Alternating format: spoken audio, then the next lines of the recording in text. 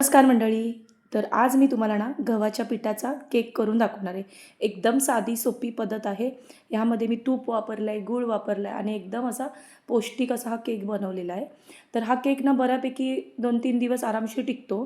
तर नक्की तुम्ही हा केक एकदा करा. मुलांच्या टिफिनला पण देऊ शकता, मधल्या वेळेत खाण्यासाठी पण हा केक मस्त लागतो आणि खूप चविष्ट केक आहे. तर चला पाहू आपण हा केक कसा बनवला आहे. त्यासाठी आधी मी अर्धी वाटी तूप घेतलेलं आहे. तूप वितळवून घ्यायचा आणि थंड करायचं आहे, गरम-गरम घालायचं नाही आहे. यामध्ये 1 वाटी मी गूळ पावडर घातलेली आहे. तर ती सगळी आधी मिक्स करून घ्यायची. तूप आणि गूळ व्यवस्थित मिक्स झालं, की यामध्ये 1 वाटी आपल्याला गव्हाचं पीठ घालायचं आहे. त्याच गव्हाच्या पिठामध्ये आपल्याला 1 चमचाभर आपल्याला घालायचं आहे बेकिंग पावडर आणि पाव चमचाभर बेकिंग सोडा घालायचा आहे. चमचाभर मी वेलची पावडर घातलेली आहे. सगळं एकदम मिक्स करून घ्यायचं आहे. हे बघा. तर ह्यामध्ये मी अजून थोडं अर्धी वाटीभर गव्हाचं पीठ घातलेलं आहे. मध्ये आपल्याला सगळं व्यवस्थित मिक्स करून घ्यायचं आहे. मिक्स करून घेतलं आहे. आता आणि आपल्याला अर्धी वाटीभर दूध घ्यायचं आहे. हे दूध थोडं-थोडं करून घालायचं आहे. एकदम घालायचं नाही आहे. तर हे जे केकचं मिश्रण केलेलं आहे ना, ते आपल्याला पातळ करायचं नाही आहे. असं घटसरट ठेवायचं आहे. त्यामुळे तुम्हाला सांगते त्याच पद्धतीमध्ये तुम्ही हे बॅटर करायचं आहे. तर हे पूर्ण अर्धी वाटीभर मला दूध लागलेलं आहे.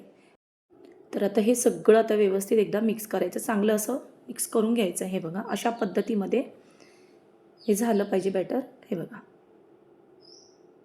आणि जेव्हा आपण हे करतो ना, तर लगेच आपल्याला केक करायला घ्यायचा आहे. त्याआधीच मी काय केलेलं आहे, गॅसवर टोप ठेवलेला आहे. हा टोप आपल्याला 7-8 मिनिटं आपल्याला चांगलं गरम करून घ्यायचं आहे. आता यामध्ये मी ना भोपळ्याच्या बिया घातल्यात. खूप छान लागतं भोपळ्याच्या बिया. या केकमध्ये नक्की घाला. काजू बदाम घाला. तुम्हाला काय पाहिजे तर तुम्ही ड्रायफ्रूट घालू शकता. आता मी केक करायचं एक भांडं घेतलेलं आहे. त्यामध्ये मी बटर पेपर घातला आहे. त्याला थोडंसं मी तूप लावून घेतलं आहे. आता आपल्याला हे बॅटर त्यामध्ये घालून घ्यायचं. हे बघा.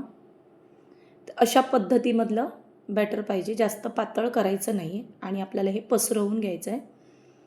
अशा पद्धतीमध्ये पसरवून घेतलेलं आहे. पसरवून घेतलं आहे. पण काय करायचं आपण एक खाली ना नॅपकिन वगैरे ठेवायचं आणि जर असं बघा असं असं थोडं-थोडं आपटून थोडं-थोडं घ्यायचं आहे. म्हणजे त्यामुळे केक व्यवस्थित फुगतो व्यवस्थित. आता ह्यामध्ये थोड्या वरतून मी भोपळ्याच्या बिया आणि थोडंसं बदाम मी असं क्रश करून घातलेलं आहे. दिसायला छान आणि खायला पण मस्त आहे.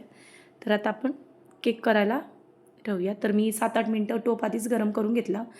30-35 मिनिटं आपल्याला हा केक असाच बेक करून घ्यायचा आहे. हे बघा. तर झाकण ठेवते. मध्ये-मध्ये आपल्याला उघडून बघायचं नाही आहे. 30 मिनिटानंतर मी केक बघितला आहे. मस्तपैकी असा शिजलेला आहे.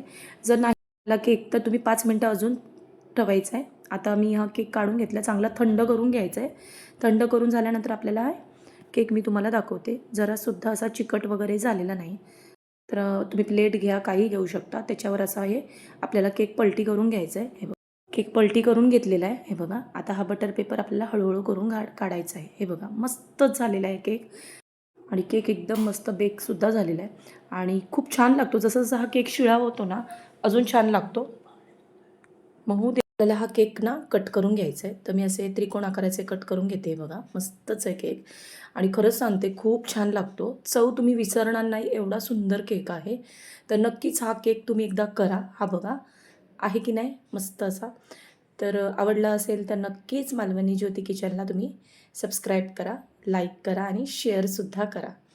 आणि हा व्हिडिओ आवडला असेल तर कमेंट करायला जरासुद्धा विसरू नका. आणि हे बघा मस्तपैकी असं केक खायला तयार आहे. हा पूर्ण व्हिडिओ बघितल्याबद्दल धन्यवाद. चला भेटूया आपण अशाच नवनवीन रेसिपीमध्ये. धन्यवाद.